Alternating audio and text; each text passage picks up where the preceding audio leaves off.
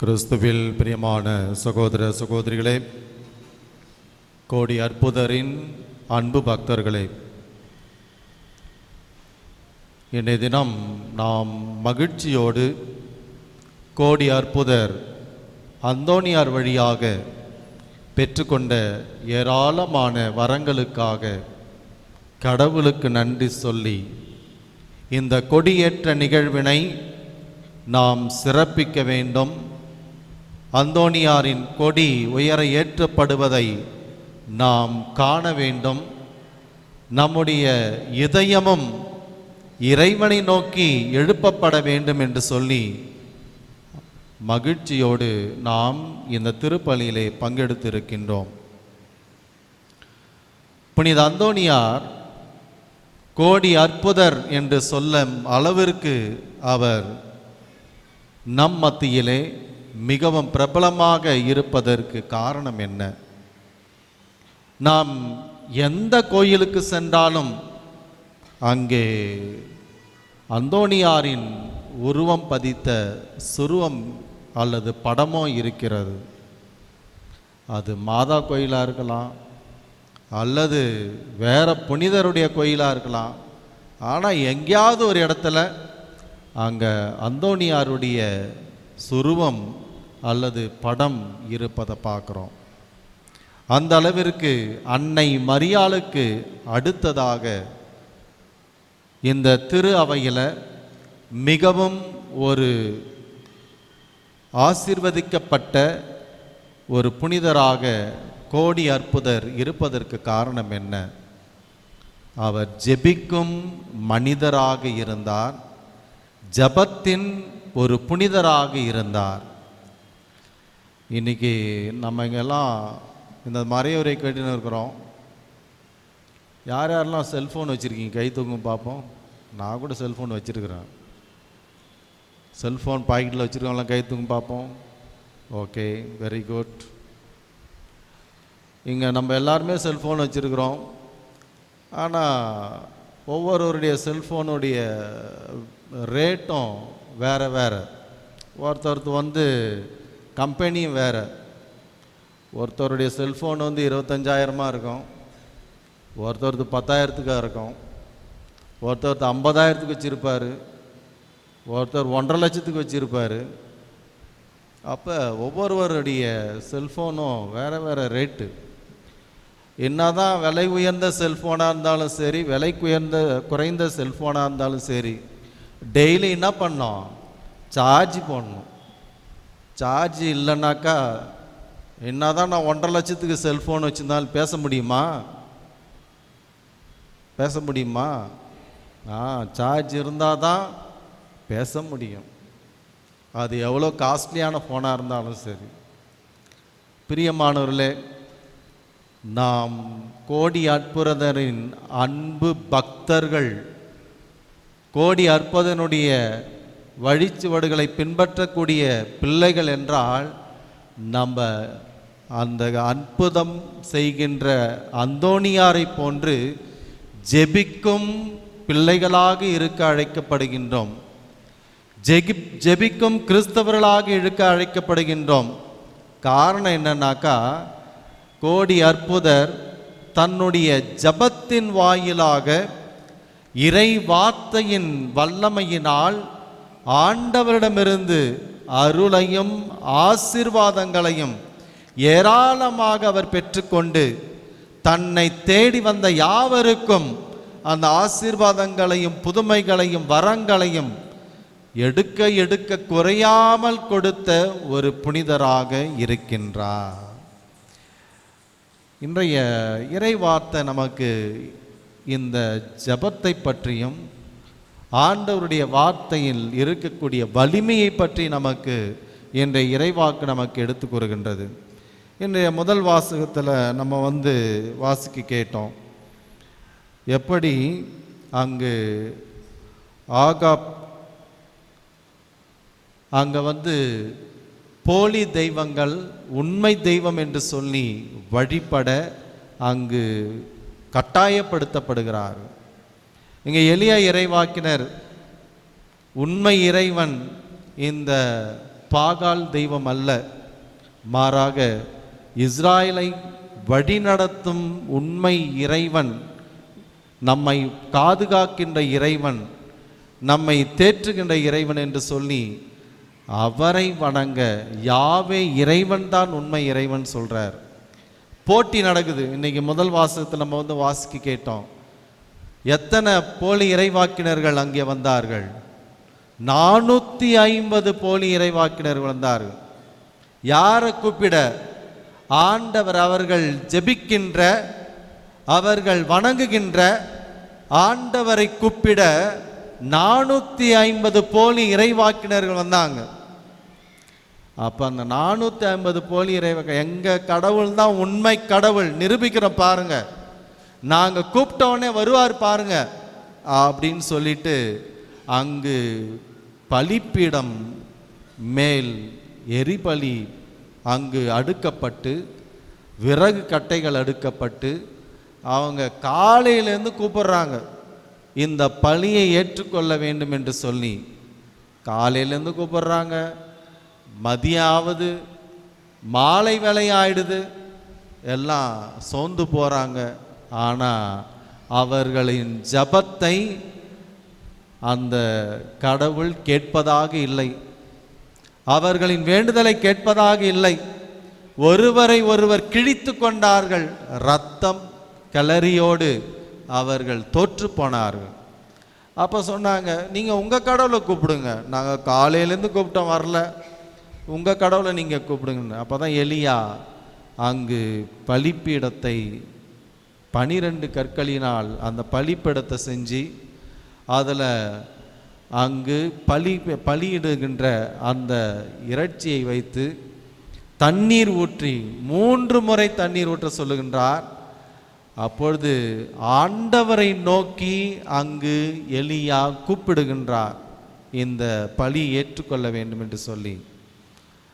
என்ன ஆச்சரியம், விண்ணகத்திலிருந்து நெருப்பானது வந்து அந்த பலியை சுட்டெரித்து அங்கு ஏற்றுக்கொண்டது.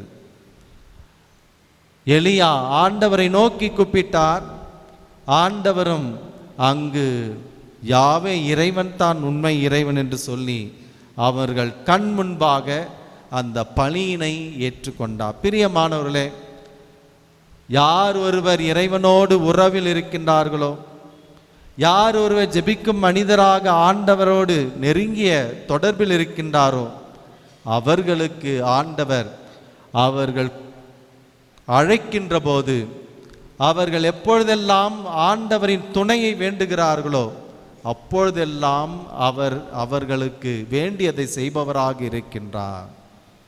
காந்தியடிகள் மிகவும் அற்புதமாக சொன்னார், start the day by opening the keys of prayer.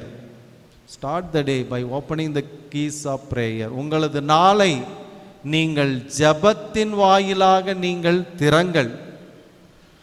அதே மாதிரி close the day with the keys of prayer. உங்களது நாளை நீங்கள் முடிக்கின்ற போதும் ஜெபத்தின் அந்த திறவுகோலை கொண்டு மூடுங்கள் என்று சொல்லுகின்றார். உங்களது நாளை திறக்கும் போது ஜபத்தை கொண்டு நீங்கள் திறங்கள், உங்களது நாளை நீங்கள் முடிக்கின்ற போது ஜபத்தை கொண்டு நீங்கள் முடியுங்கள் என்று சொல்லுகின்றார். காரணம் என்ன தெரியுமா, தொடங்கும் போதும் முடிக்கும் போதும் நம்ம கடவுளை நோக்கி, ஆண்டவரே இந்த நாளை நீ கொடுத்ததற்காக நன்றி, இந்த நாள் முழுவதும் என்னை வழிநடத்த வேண்டும். அதே மாதிரி மாலையில் முடிக்கும் போதும் இந்த நாளுக்காக நன்றி, எனக்கு பல சமயங்களில் பல வேளைகளில் நான் கஷ்டப்பட்ட போதும் துன்பப்பட்ட போதும் உனது உடனிருப்பை உணர்ந்தேன், எனவே நன்றி இறைவா என்று சொல்லி அங்கு நன்றி சொல்ல நாம் ஜெபத்தோடு நமது வாழ்வை தொடங்கவும் நாளை முடிக்கவும் அழைப்பு கொடுக்கின்றார். ஒரு முறை அந்தோனியார் அவருடைய பிரசங்கத்தை கேட்க அவர் தங்கியிருந்த அந்த மடத்திற்கு ஏராளமான மனிதர்கள் வந்தார்கள். அங்கே நிற்கக்கூட இடம் இல்லை. அப்போ அங்கே மடத்தில் இருந்த கார்டனில், நீங்கள் பீடத்தில் இருக்கு இல்லையா ரோஜா, அதுமாதிரி நல்லா ரோஜாலாம் பூத்து அந்த கார்டனில் செழுமையாக இருக்குது. அப்போ ஏராளமான மக்கள் வந்ததினால் நிற்பதற்கு இடமில்லை. எனவே அந்த ரோஜா தோட்டம் அங்கே இருந்த அந்த மடத்து தோட்டத்தில் எல்லாரும் கொஞ்சம் கொஞ்சமாக உள்ளே வர ஆரம்பிச்சிடுறாங்க. நிற்க இடம் இல்லாதால அந்த செடியெல்லாம் மிதிச்சிடுறாங்க. அவருடைய வார்த்தையை கேட்கின்றார்கள், போதனையை கேட்கின்றார்கள். போதனையை கேட்டுட்டு எல்லாரும் போயிடுறாங்க. அப்போ போனதுக்கப்புறம் பார்த்தாக்கா அந்த மடத்தில் அந்த கார்டனில் எல்லாம் கசங்கி நசுங்கி அலங்கோலமாக இருக்குது. எவ்வளோ அழகாக பூத்துக்கிட்டு இருந்த அந்த தோட்டத்தில், செழுமையாக இருந்த தோட்டம், ஏதோ யாரோ வந்து அது அலங்கோலம் செஞ்ச மாதிரி அது கசங்கி போயிடுது. இதை பார்த்து அந்தோனியாருக்கு ரொம்ப வருத்தம். காரணம் என்னன்னாக்கா, தன்னோடு இருக்கிற அந்த சகோதர குரு, அவர் தான் இன்சார்ஜ் கார்டனுக்கு, அதை உரம் போட்டு எங்கெங்கேயோ போயிட்டு செடியெல்லாம் வாங்கிட்டு வச்சு அதை நல்லா பாதுகாத்து வளர்த்து அழகாக அந்த சூழ்நிலையை வச்சுருந்தார்.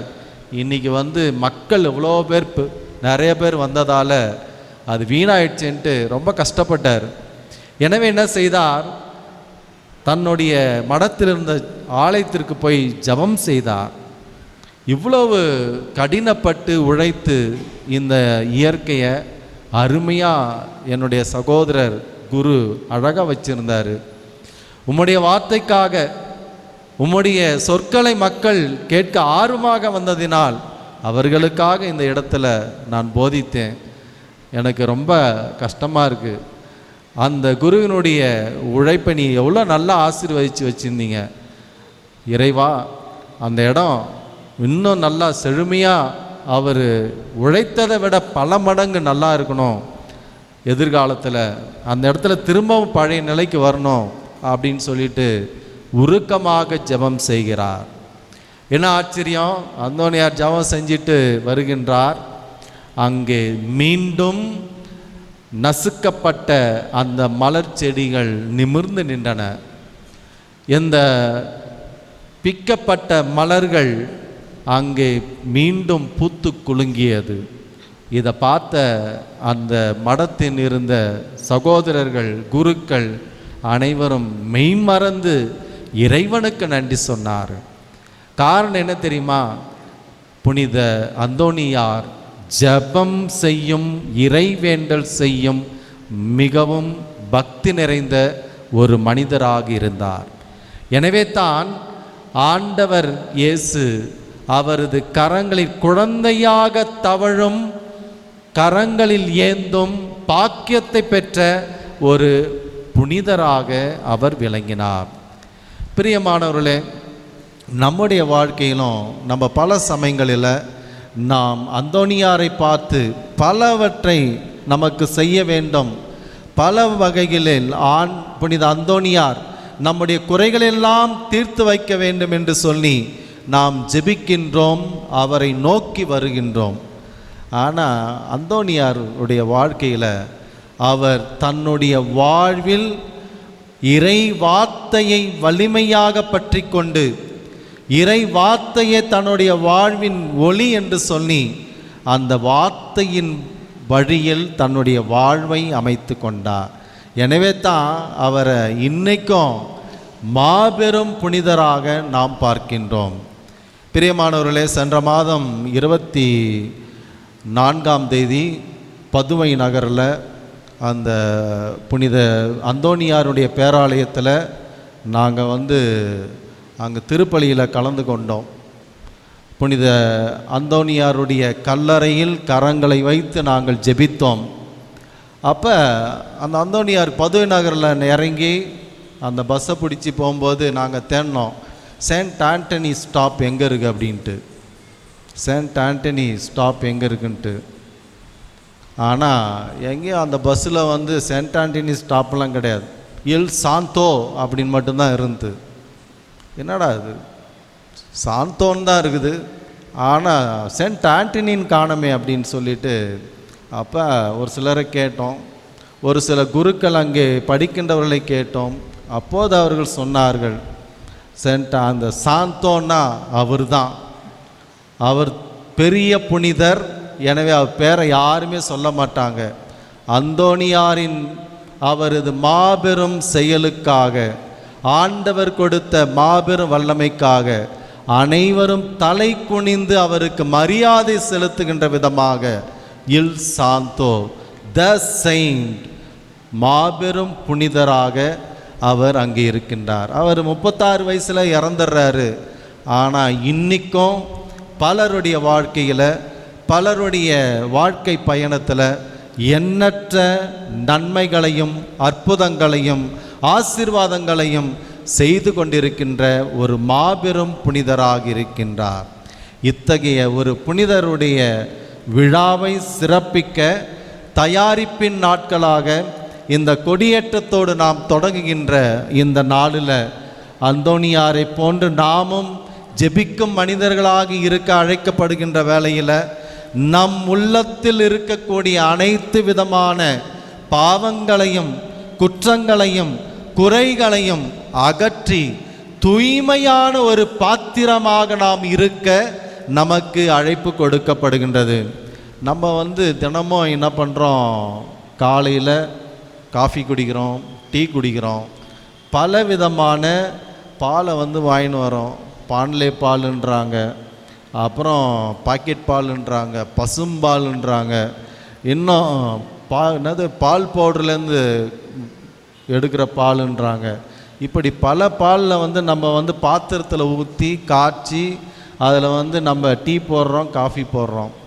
அந்த பாத்திரம் நம்ம பால் ஊற்றுற பாத்திரம் அழுக்காவோ அதில் சுத்தம் இல்லாமலோ அந்த பாத்திரத்தில் ஓட்டை இருந்தாலோ நம்ம என்னதான் தூய்மையான காஸ்ட்லியான பால் வாங்கி ஊற்றினாலும் அதனால் எந்த பிரயோஜனமும் கிடையாது. அதே மாதிரி தான் நம்முடைய கிறிஸ்துவ வாழ்விலும் நம்ம கோடி அற்புதரை நமது புனிதராக பாதுகாவலராக நாம் கொண்டிருந்தோம் என்றாலும் நமது உள்ளம் தூய்மையாக இல்லை அப்படின்னாலும் நம்முடைய உள்ளத்தில் நாம் அவர் தருகின்ற இயேசுவிடமிருந்து அந்தோணியார் பெற்று தருகின்ற வரங்களையும் கொடைகளையும் பெறக்கூடிய அளவிற்கு நம்முடைய இதயம் தகுதி இல்லாத இதயமாக இருந்துனாக்கா அதனால் எந்த பிரயோஜனமும் இல்லை. எனவே நாம் புனித அந்தோணியாரை போன்று, அவர் தாங்கி இருக்கின்ற லீலி மலரை போன்று தூய்மையான மனிதர்களாக, தூய உள்ளம் கொண்டவர்களாக, தூய சிந்தனை கொண்டவர்களாக, நல்லதை செய்பவர்களாக, மனித நேயம் கொண்டவர்களாக இருக்க நமக்கு அழைப்பு கொடுக்கப்படுகின்றது. அப்போ நம்ம தூய்மையான இதயத்தோடு நம்ம ஆண்டவரை நோக்கி வருகின்ற போது அந்தோணியாரும் அவர் இறைவனிடமிருந்து பெற்று தருகின்ற அனைத்து அருளும் ஆசீர்வாதமும் நம்ம வீட்டில் எப்படி அந்த தூய்மையான பாத்திரத்தில் பால் பொங்கி வழியுமோ நம் உள்ளத்திலும் நமது வாழ்விலும் நமது குடும்பத்திலும் ஆசீர்வாதங்களுக்கு மேல் ஆசீர்வாதம் பொங்கி வழியும். எனவே இந்த நாட்களில் இறை வார்த்தையை தியானிப்போம், இறை வார்த்தைக்கு செவிமடுப்போம். நம்முடைய வாழ்வில் ஆண்டவர் அருளும் ஆற்றலும் செயலாற்ற வேண்டும் என்று சொல்லி ஜெபிக்கும் பிள்ளைகளாக, தூய்மையான இதயம் கொண்டவர்களாக வாழ தொடர்ந்து மன்றாடுவோம். ஆமேன்.